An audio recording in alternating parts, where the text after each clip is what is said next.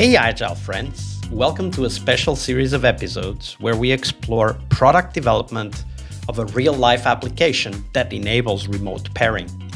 In this first-person account of product development and remote work stories, we talk about Tuple, a remote pair programming app for macOS and Windows designed to make you feel like you're collaborating in person.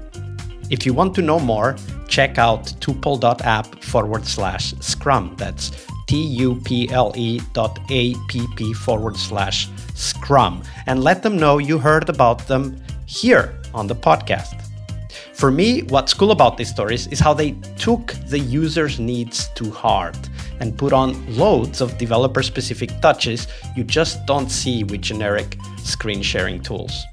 Tuple has been adopted by some very large companies and public sector, more on that in the episodes this week, that work even partially remote, partially or fully, of course.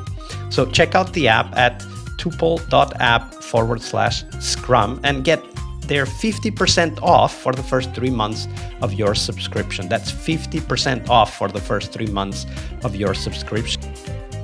Let them know that you heard about Tuple here on the podcast by going to tuple.app/Scrum. One more time, tuple.app/Scrum.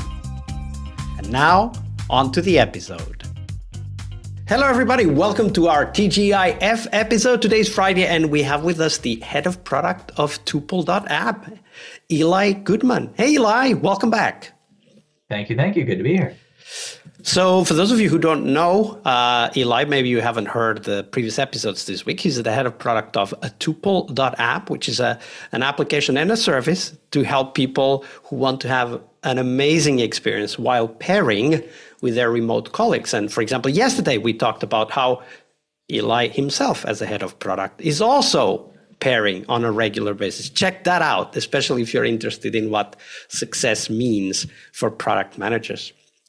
Right, Eli, but now back to you. For your role specifically as head of product, one of the key challenges, of course, is to keep the whole team aligned. And in your case, it's the whole company, literally, on the future of the product, from CEO to support functions, the daily development of the product. How do you make sure you keep the vision coherent, over the long term, and make sure that the team is aligned with that vision, even though they're doing all kinds of things every single day? Yeah, that's a really good question, and it's really tough in a remote environment. I'll state up front that's a hard reality of it. But I think there are three things that I would throw out there as tools that have been really helpful for me to create sort of continuous alignment with the organization, especially towards a more ambitious vision. So this is a piece of advice that I got from a mentor early on in my journey as a product person.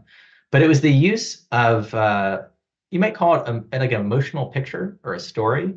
So this can feel a little bit counterintuitive, especially if you're working on something that's a little bit more utilitarian, and Tuple certainly is, right? It's not like a movie or a game or a song. Like, it's not a piece of art. It's a gray and white piece of software that runs in your computer. But I think that just as a tool for building alignment, using more poetic words, using some aesthetic imagery, can really help everyone understand how it's supposed to feel to use it. And I think some of the best products do evoke something in us, right? Like right now I'm looking at my Kindle, which is a pretty utilitarian piece of gear, but the feeling I get when I use it is that I have unlimited books at my fingertips. That's a human superpower, to be able to access your whole library and bring it around with you, right? So again, not a super artsy thing that's getting built, but it really does carry that aesthetic energy. I think using those, you also might call them a somatic metaphor. How does it feel in your body?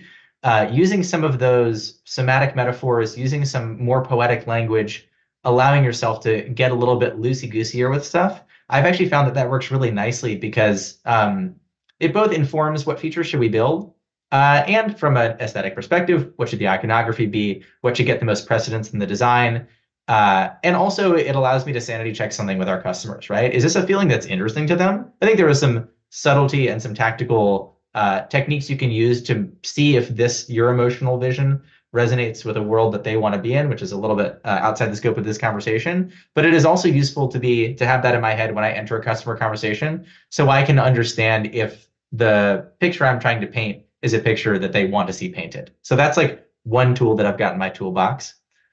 The second one is a little bit more tactical, and this is the use of unstructured space, right? So one thing I'm really cognizant of is working remotely.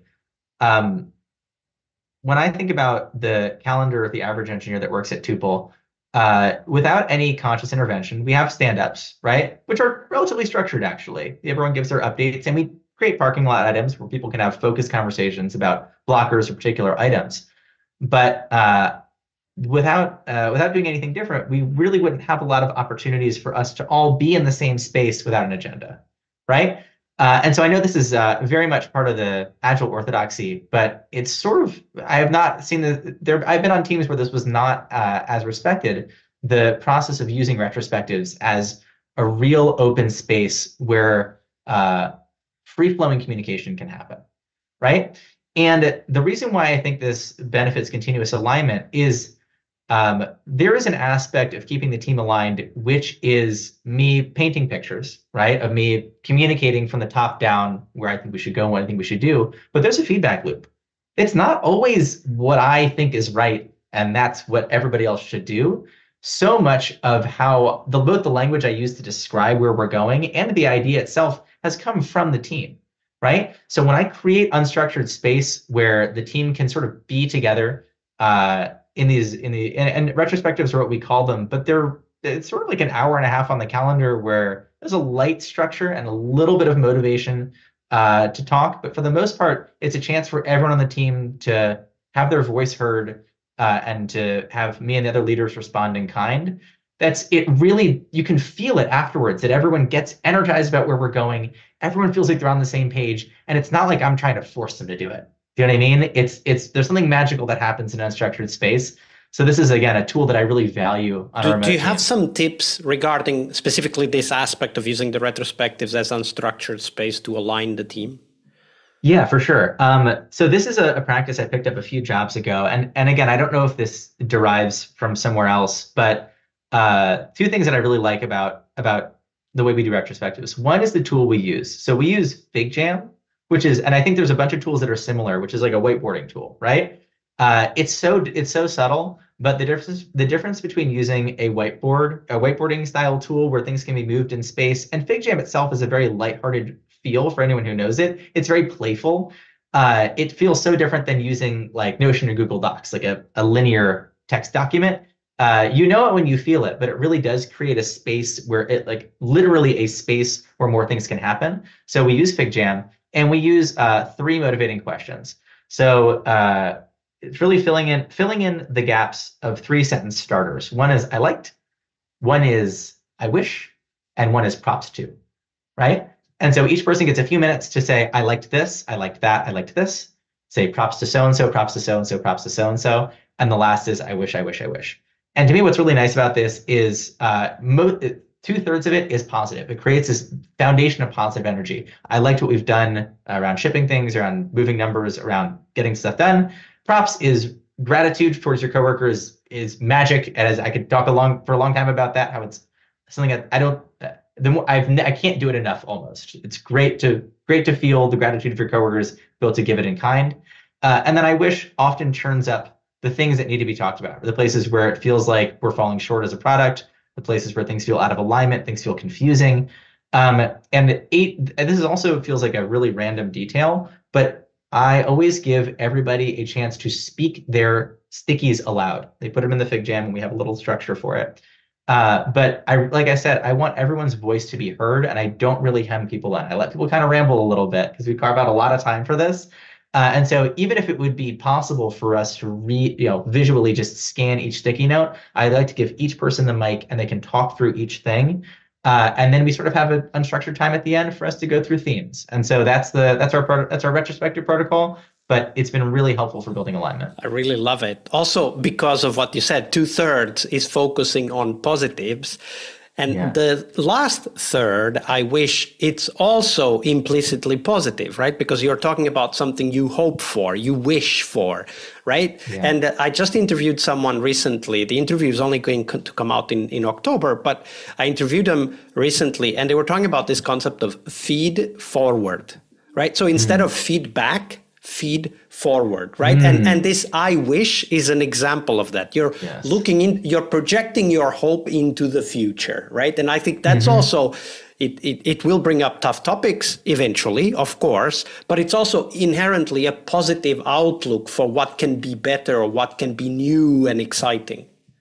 I think it's very well said. I love that, and I feel that energy too. And it feels like folks are engaged. They want things to be better, and you're wishing for a better future. The last thing that I have seen be really effective in terms of building alignment, and there's some, I think, tactical tips in here too, is to many folks use either Slack or Teams as sort of like a group chat kind of situation. And I have been making Slack posts, right? So I think about using Slack as like a place to write up a coherent thought and post it.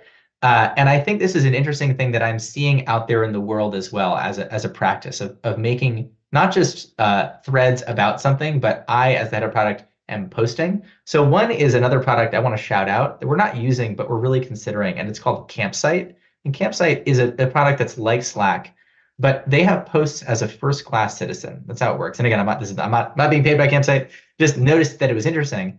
And they've done a lot of thinking and writing about the fact that this is they are really optimistic about this as a way to work. And I found this as well, especially if I have a really great customer conversation. I have an idea in the shower. I have, I'm noticing something that feels inconsistent in our product. It feels really good for me to get my thoughts together and make a post about it in the world. Seems minor, but I've gotten a lot of value out of this. Another thing that I also want to shout out is we talked to a customer recently, and the way they use Slack is each person has two channels that are associated with their name. One is what they call a notebook, and one is called a feed, right? And what's cool about this is you can subscribe to any of your colleagues' notebooks or feeds. And for feeds, they'll often put like, oh, look at this interesting link. Look at this paper. Look at this cool other product. Look at this thing. Look at this design. Little tiny bits, right? Almost like a Twitter feed.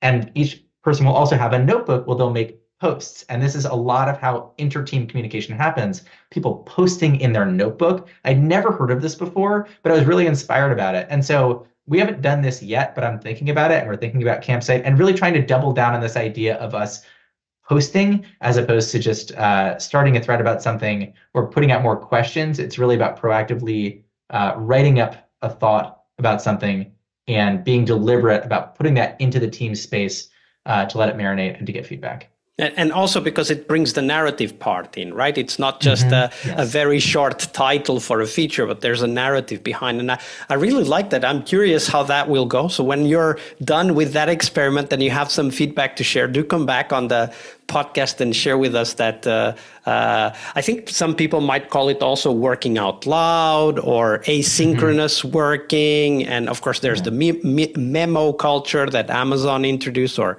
some people say Amazon introduced. I don't know if they did really introduce, but they used it at least.